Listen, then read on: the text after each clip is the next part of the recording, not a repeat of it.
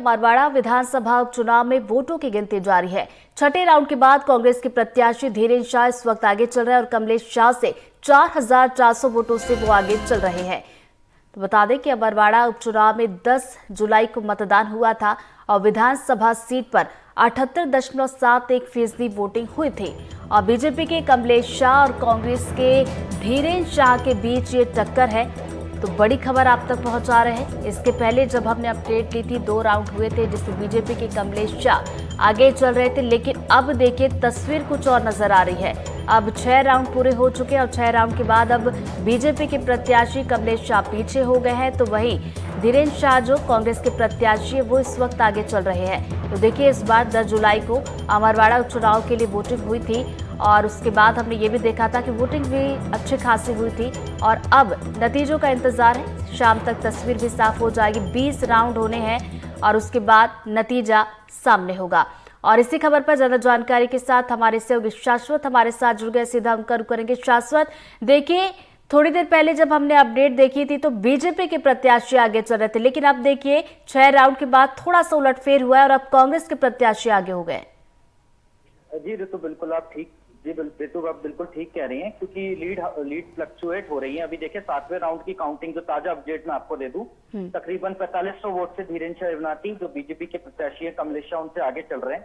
देखिए ऋतु, अमरवाड़ा क्षेत्र को अगर समझे तो अभी देखें, अभी जो हमारे पास अपडेट आया है, ये जो लीड आई है, देखिए ये छिंदी बटका खापा और छिंदी और बटका खापा क्षेत्र की मतगणना। मैं आपको बता दूं कि छिंदी और बटका खापा क्षेत्र वही है जो आजकल धाम से लगे हुए हैं। मतलब ये धीरेन्द्र शाह शिवनाथी के आप समझे कि गृह क्षेत्र से सटे हुए इलाके हैं। तो इसका फायदा देखें कहीं ना कहीं धीरेन्द्र शाह को मिला है।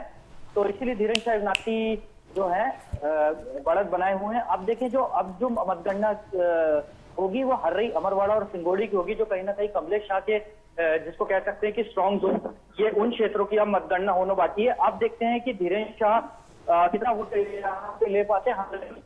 अब धीरेन्द्र शाह शिवनाथी इनकी लीड कम हो सकती है, क्योंकि देखें हर्रई, अमरवाड़ा और सिंगोड़ी ये बड़े मजबूत क्षेत्र कमलेश शाह के हमेशा से रहे। आप और 3 चुनावों को भी आप अगर देखें विधानसभा में तो कमलेश शाह यहीं से लीड बनाते हैं काफी। तो देखें आप देखना होगा, क्योंकि 6 की काउंटिंग हो गया, अब देखना होगा अभी 12-13 की काउंटिंग और बाकी है। हालांकि देखिए चुनाव बड़ा दिलचस्प है, क्योंकि लीड बहुत फ्लक्चुएट हो रही है। आगे हम देखना होगा कि कौन जीतता है। शाश्वत, ये तो आपने बीजेपी कांग्रेस की बात कर ली, लीड फ्लक्चुएट हो रही है। तीसरी पार्टी जो मैदान में है गोंडवाना गणतंत्र पार्टी की बात की जाए तो इसकी क्या कुछ स्थिति 6 राउंड के बाद? देखिए गोंडवाना गणतंत्र पार्टी जितना आप देखें कि गोंडवाना गणतंत्र पार्टी हमेशा से ही मैदान में रही है। आप देखें कि देव रावण जो भलावी है, भलावी कम से कम मैं आपको अगर बताऊं तो देव रावण भलावी कहें कि 9,555 वोट मिले हुए हैं देव रावण भलावी को।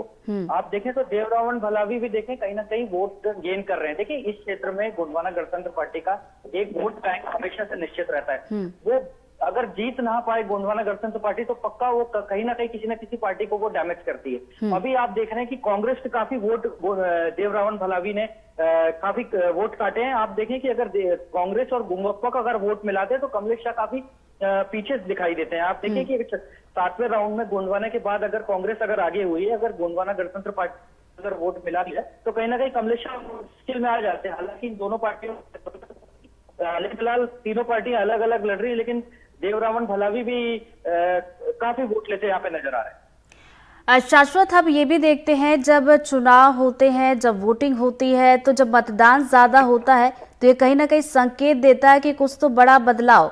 तो क्या इस बार भी कुछ बदलाव देखने को मिल सकते हैं? क्योंकि देखिए अक्सर यही कहा जाता है कि इस क्षेत्र जो है कांग्रेस का गढ़ है, तो क्या बीजेपी इस बार बाजी मार ले जाएगी?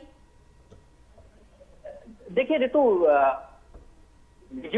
बीजेपी के लिए ये क्षेत्र हमेशा से ही कमजोर रहा है। बीजेपी के पास यहाँ पे हमेशा से एक लीडर की यहाँ पे कमी रही है। देखिए यहाँ पे जो ट्राइबल एरिया है, ट्राइबल में बीजेपी के पास स्थानीय रूप से कोई बड़ा नेता यहाँ पे रहा नहीं। कमलेश शाह इसलिए बीजेपी ने रणनीति अब देखिए कमलेश शाह को अगर बीजेपी हमेशा ये संदेश दे रही है कि कमलेश शाह जीतेंगे तो मंत्री देंगे, मंत्री और कहीं ना कहीं मुख्यमंत्री जो हॉल्ट रहा है या मुख्यमंत्री का जो छिंदवाड़ा में प्रचार रहा है वो कहीं ना कहीं बीजेपी को कहीं ना कहीं फायदा तो दे रहा है, नहीं तो अदरवाइज क्या होता था कि बीजेपी जो है वो तीसरे नंबर पे, कई बार तीसरे नंबर तक यहाँ अमरवाड़ा में रहती थी।